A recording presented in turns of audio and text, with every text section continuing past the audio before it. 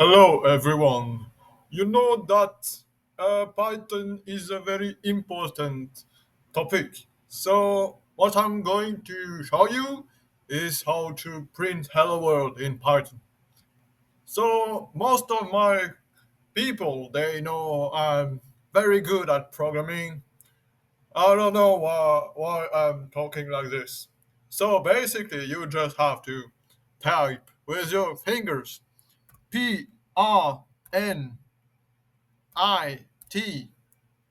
parentheses, very important parentheses. So, hello. We need to say hello world. Yeah, hello world. Oh, sorry, not whole America. I don't like Mexicans. USA, and we need to add something.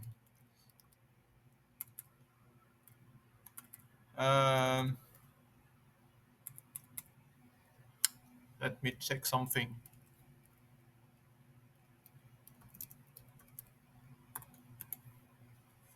Perfect. Yeah. So actually now you just need to save the program and click on run. And yeah, I like this message.